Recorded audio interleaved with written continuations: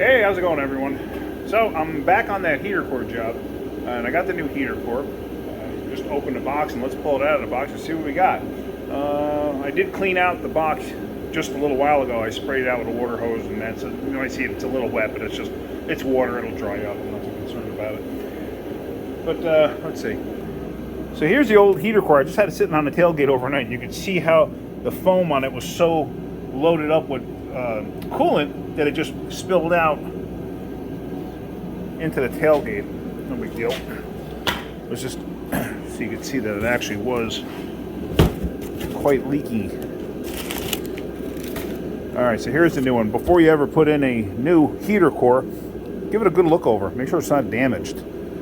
Sometimes what you might want to do too is try capping off one end, putting a little bit of air, or even blowing through it on the other end. You might want to soap it up too. I mean, just in case there's any question, like if there could be any damage. Years ago, heater core quality was not very good, and we used to have multiple failures on new ones. They would come out of the box no good. And what I actually had was a bicycle tube that I would stick over top of this. I had cut it and I wrapped it over, and I would clamp it in place, and I would put some air in it, maybe like a PSI or so, not much, like 1, 2, 3, something like that, just enough to inflate it. This way it held pressure in there, and then I would dunk this in water, and you look for leaks, just to be on the safe side, because there was like a rash of these things going bad from the aftermarket industry. And usually, or I shouldn't say usually, and this was like roughly in like the 80s and 90s-ish. After like the 90s, kind of got away from doing a lot of heater cores, but anyway, nonetheless. Now these tubes may rotate slightly. As you can see, their orientation is slightly off, so they should rotate slightly. I don't even know if I can do it here. Maybe not. If not, you can adjust them slightly. You don't want to go nuts trying to bend them or anything like that. Now this also came with this foam tape, so I'm going to wrap that thing with the foam tape, and then we're going to insert it inside the box. Alright, so I was able to twist this one just a little bit to get the orientation better. So now, what I'm going to do is I'm going to put this foam tape in. I don't know if you can see me. Hopefully you can.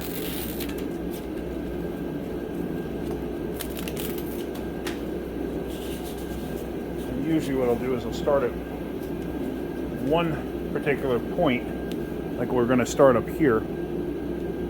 See, there's a seam there. That's a good starting point.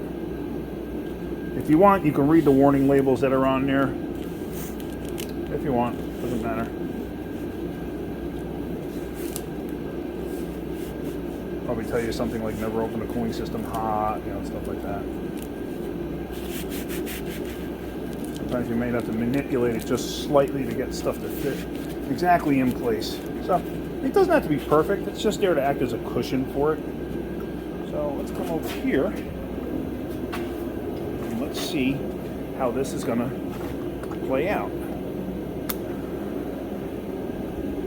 So really, this should just drop in place.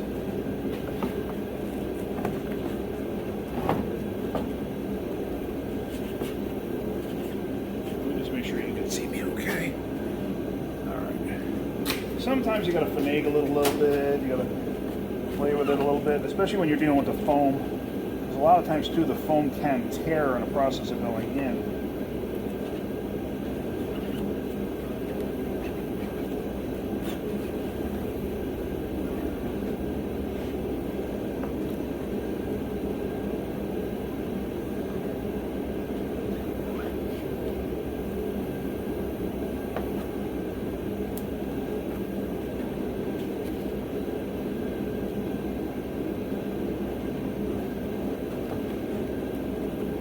Alright,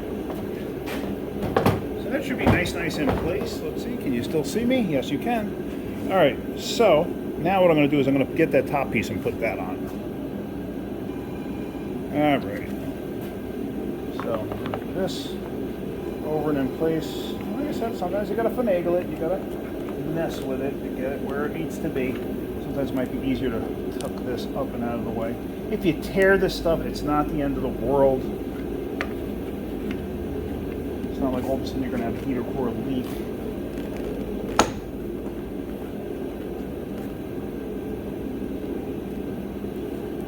Now don't ramshackle these screws in. Go in gently.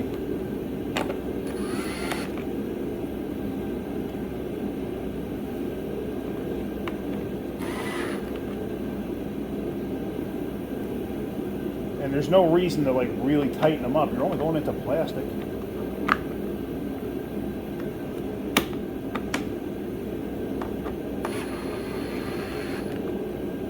And like I just felt that come to a stop. Came to a stop, I'm done. I don't have to go any further. Same with that one. Same with that one. Same with that one. So I know people that'll keep pulling the trigger. If you're unsure of yourself, don't use a gun. Alright, now there's another seal that went on here, like a secondary seal. Where did I put that? Let me see if I can find it. Alright, here it is. Doesn't matter if it's upside down or not, it's really not going to change anything. Now, if you had to, these might be too close to each other. You can spread these things apart a little bit. You're not going to hurt nothing. If you had to stick 2 screwdrivers in there to wedge it just to get it spread apart. No big deal. Alright, this is actually ready to go back in now. Let me just verify everything in the vehicle, and then we're going to lay the box in place. Alright, so now before we go back in, before you stick something like this back in, look at it. Verify that everything is where it needs to be. Make sure nothing's out of place, because now is the time to straighten it out. You don't want to have to straighten something out when it's back in the vehicle. You know, just like check your doors, like anything that you might have possibly disturbed, just check it, just to be on the safe side, because I happened to notice this just a minute ago. Okay, this popped off. No big deal, right? I'm going to put this back on. Now, think about this for a second. This is the side that hits the firewall. If I had forgotten to plug that in, how much of a nightmare is it to plug it in after this is in the vehicle? I don't know. I got a funny feeling it's probably tight, especially for me. I'm a big guy, so it could take a little bit of effort for me to get that back in. But yeah, like I said, just verify everything's kind of where it's supposed to be. You save yourself some aggravation later. Like I said, you might be able to get to that easily, you might not. But hey, do it now, get it over with. Alright, so let's get the box in place. Alright, so let's lay the box in place, and then unfortunately, I don't have the equipment or anything else. I'm eventually going to get myself GoPros in that, to where I can mount them so you can see what I'm doing.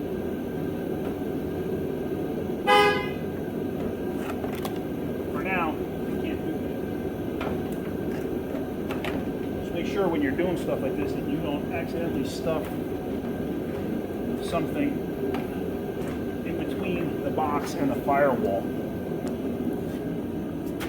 So there it is going in place. Maybe what I'll do is I'll stick you underneath the hood. You can see that end of it. Unfortunately, you're not going to hear me talk. Maybe you don't want to hear me talk. I don't know.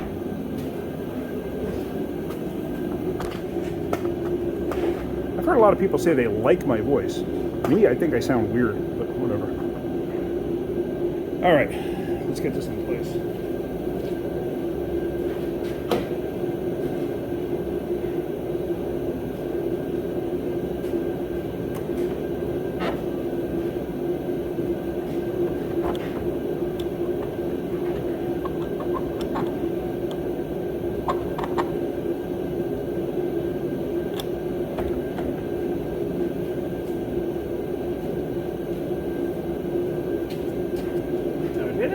Time getting this thing to come through initially, if you recall. Let's see.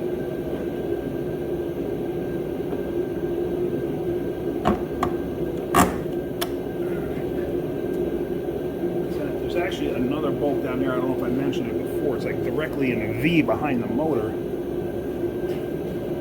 And I can't see it coming through, so let me look from the other side.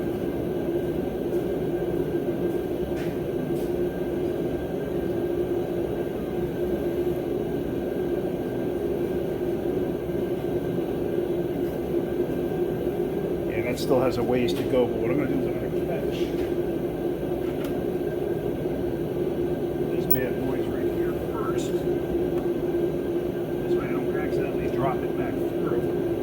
never really make all that much of a difference, but this will just make your life a little bit easier. Let me see if I can't manipulate it from the inside.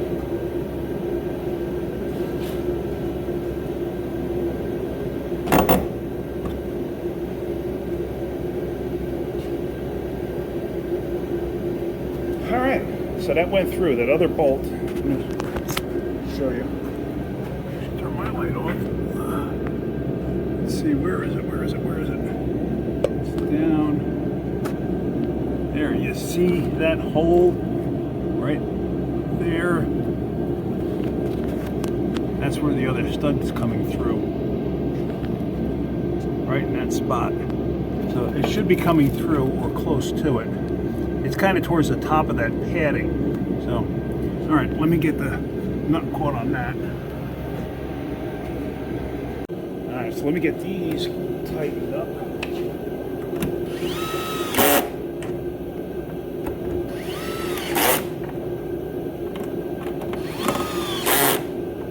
See how I dragged everything in? Now I can get to that other nut. This thing is sticking through. I absolutely cannot film that. You know, look at my gigantic head.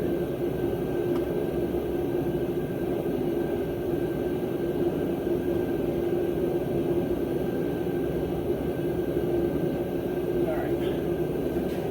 So now, I'm going to figure out how to tighten that. What I used was a long extension with a quarter drive swivel, and those are actually 11 millimeter or 3/8. I use an 11. But yeah, long extension like this. Oops, like this, and go from there. All right. I was able to figure out a way to stick the camera in a position where you might be able to see me. That's in. This is that mounting plate for the computer, and this actually goes down over the top edge there to lock in, which is, I don't know, it's kind of weird to me, but whatever. I didn't design it. And I got a grounding strap there. Let me get my little gun.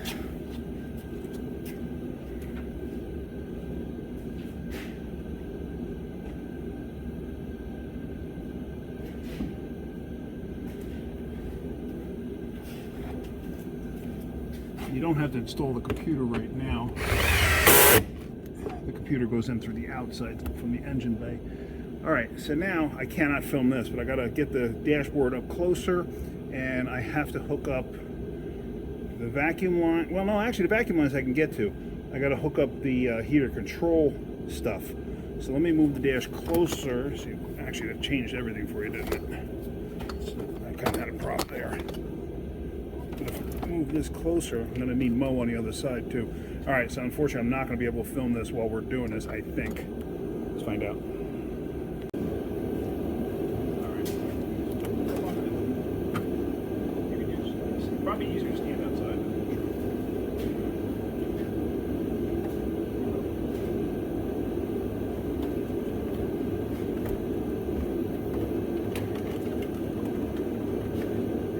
Tilting it. Don't tilt it. You're tilting it.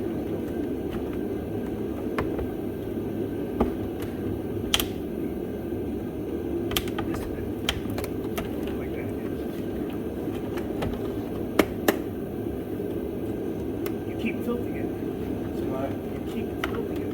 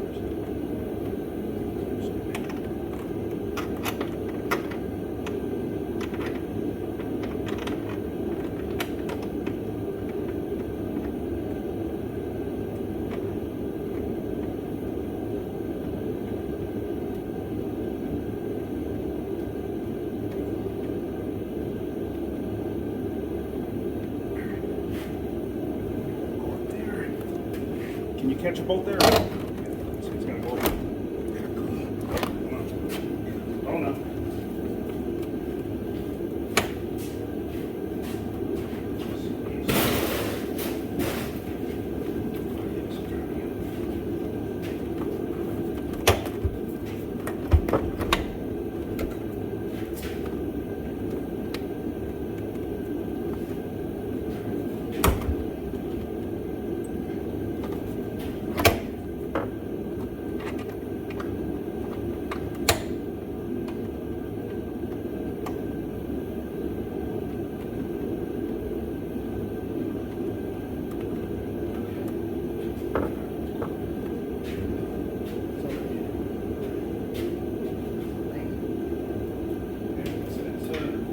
It's because I didn't take everything apart.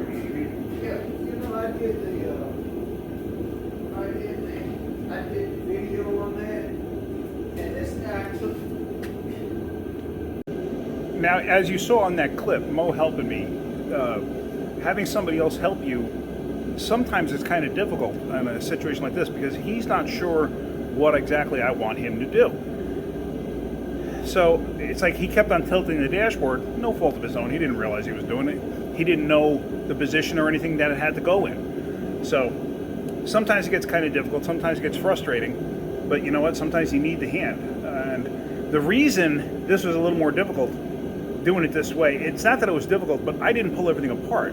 They want you to pull the column out. They want you to pull the heater control out. They want you to pull the airbag out. They want you to pull a whole bunch of stuff out that's really unnecessary. You can do it, you just got to be a little patient. And to me, that's a heck of a lot easier than taking everything else apart. You'll find other videos out there on YouTube where guys have taken absolutely everything apart to do this job.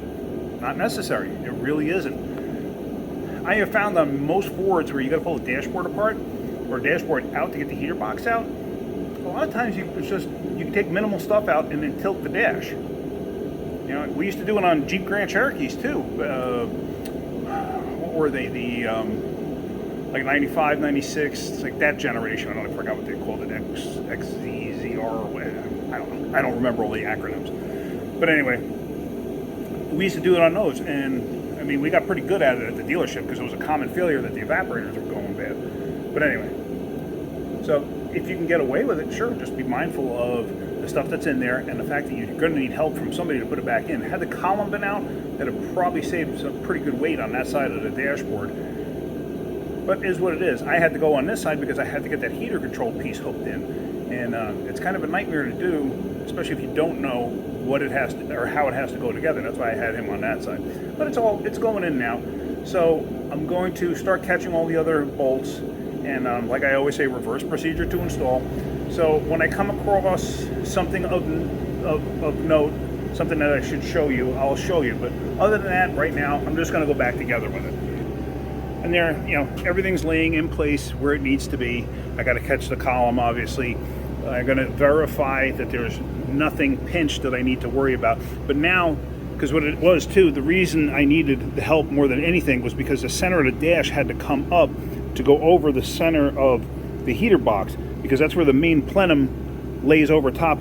The main plenum in the dash lays over the plenum part of the heater box. So it had to come up and over and drop down on top. That's really why I needed his help. Because right now, if I was to drop it, it would still stay on top of it. It would just slide towards the front here. It would slide this way, and I could slide it back up. That's not the issue. So if I were to take the bolts out, as long as I don't pull the thing all the way back, then it's not an issue. Because as you remember yesterday, I had dropped it out, and I actually had to put it back up in place to do, I forgot what it was. Oh, this antenna cable. So anyway, all right, so let me start getting stuff back together. Now, one thing to keep in mind, before you start catching these bolts and tightening up anything, make sure you catch all the bolts. You know, like those up there, those could be real tricky. So catch those first before you tighten anything up. Yeah, so everything else is looking pretty good. I didn't see anything pinched. I did have the antenna cables kind of wrapped around the harness that runs off on the A-pillar there. I just undid that, no big deal. So let me get those bolts caught and let's go that route. One thing I wanted to point out as I'm putting everything together, remember I said about turning the wheels? Be careful. If you look, See the steering shaft, how it has that notch to it? Can I even get my hand up there to show you? It's got a notch right there. That lines up with the bolt hole here. So you just got to remember the orientation that you had the steering wheel in. So I'm going to turn it basically a quarter turn this way. The steering wheel is still locked. I got to turn it a quarter turn this way to line that up to get the shaft in place. Now, had I not remembered that orientation and had rotated it one full turn, the likelihood of breaking the clock spring is very good. The clock spring, in case you don't know, is the spring wire that's in here. It's a ribbon wire. And what it does is it allows the airbag and cruise control and all that other stuff, horn, to be attached to the column and go to the regular wiring harness while the steering wheel is being cut back and forth. So you break that, you lose your airbag, cruise control, horn, all the other good stuff. All right, so now we get to put the condenser box back in. I mean, evaporator box back in. And just make sure, I already checked the mounting surface, make sure there was nothing hanging out there that could be a problem. Hopefully you can see it without my head being in the way. I got the vacuum lines tucked down. So all of these vacuum lines I'm going to hook up later.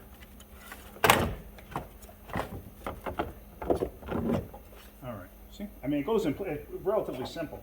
One thing I neglected to tell you guys is where there's a stud on this box. Remember, there's that one nut that's on the inside? The stud on this box has to go through, and it goes through the box on the inside. I neglected to tell you to make sure that that hole is lined up. And it is lined up, because you could have it off center, and then you'd be fighting with this thing, trying to get the box through the firewall and then through the inside box. Because like I said, the inside box could be up high or low. Could be side to side too, I guess, but I've actually never seen that. All right, so now, basically we're just going to catch the nuts on this side, catch the nut on the other side, and then we're going to be on to the next step of this. All right, just figured I'd show you that. Now before I put the receiver dryer back in place, this is the orifice tube. The orifice tube is down inside here. And what it does is it's like a restriction in the system, and that helps go from a high pressure to a low pressure. And that's what actually gives you your cooling effect. If you look really close, it's also a filter, obviously.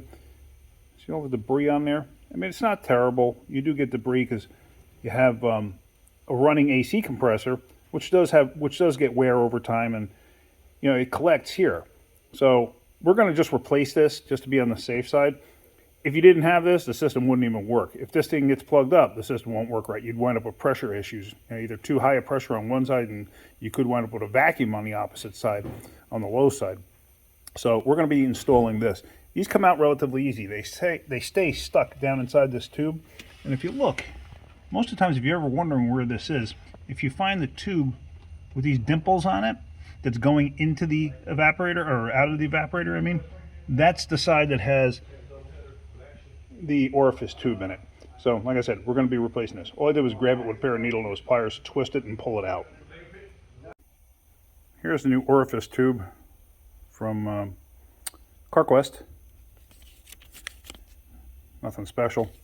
You just take this and you stick this down inside there, and it is directional. Like I said, an orifice tube is directional. Put a little bit of lube on it, and just down it goes. That's it, just like that. Nothing special. If that's what you want to do, you get it in place. Now, if it happens to sit like slightly off to one side, it does not necessarily have to be 100% perfectly centered, but just like that is fine. Now let's put the rest of this back together. All right, so I got the receiver dryer here. Okay, this is the end that goes here.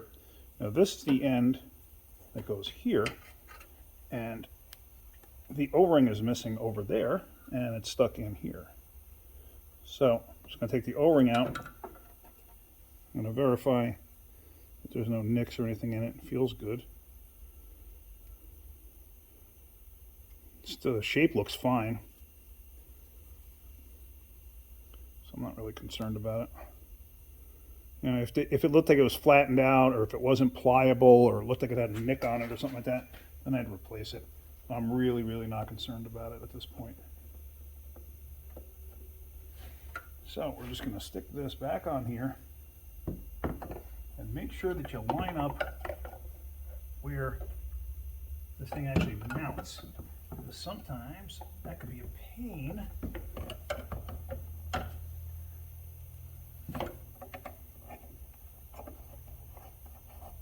Usually what I'll do is I'll catch this first, always catch that first. Then what I'll do after that is I will catch the actual bolts that mount this thing in place. There's one that goes down here, and there's one that goes in the side there, down that way. So I catch those, and then I'll put everything else back together. This line goes in here. Just make sure there's no dirt and debris on everything when it goes back together. And these, with that spring that's in there, you should hear it click. Dropping tools over here. You should hear it click. There, you heard it click. Okay. So now that's locked in place. I still got to put that redundant piece on there that keeps it, like the lock piece, the extra piece to keep it from falling apart. Let's see. Can I put this one on right now? Yeah, I can. Now listen. There. Now it's locked in place. All right, so let me get those mount bolts in, and let's get all this other stuff in. I still got to put the one nut in underneath that holds the case in place, and got to get the cruise back over. Washer hoses hooked up, stuff like that. Top off the coolant. Then we're gonna have to recharge the AC. All right, so I had this thing on vacuum when I was out to lunch. So basically, it's been on vacuum for just over an hour now. Yeah, so I'm gonna charge it up, and then we're gonna top off the coolant, and then we should be all done. I've actually had people ask, why don't we get a new AC machine? Why? This thing actually works just fine. It looks like heck, but it recovers, it vacuums, and it charges. The only thing that doesn't work is the temperature probe. Who cares? I mean, everything else works just fine. We've had to change the manifold gauges, but everything else works just fine. So why change it? There's no need to. Yeah, so I just charged it up. Let me hook up the battery. Let me check the coolant, and let's start it up. So that's all good now. I'm just letting it burp out any air that's going to be in the system. There's going to be some air. So I wanted to get fully warmed up, and then I'll take that funnel off. But yeah, so you give it basically a quick look over, make sure nothing's leaking, everything looks fine. I don't see anything out of the ordinary. Come to the inside. Always verify you don't have stuff dripping out onto the floor. So I have seen that before. You put a heater core in and a new one leaks. That's why I used to do that with the bicycle tube. Anyway, yes, I got heat. Everything feels good there. You're always going to get, if you had one that had a smell, like this one did, you're going to get a smell for a while. Even though I flushed out that box, because it's like there's like a film that comes from the coolant as it basically mists. Not that it mists, but it like turns into a vapor or whatever, and that's what fogged the windows and stuff like that. That stuff has a tendency to stay in the ductwork and stuff like that. It gets in the carpet, gets in the headliner and stuff like that. So you're going to have an odor for a little while. It doesn't go away immediately. But yeah, so anyway, I guess that's it. So just gonna road test this thing, and it'll probably like 15-20 minutes after it fully warms up. But yeah, so other than that, it's pretty much done. All right, well, hopefully you got something out of that. Really wasn't a terrible job. Yeah, so if you like what you see, hit that like button. If you could, please subscribe. All right, guys, have a great day. Keep wrenching.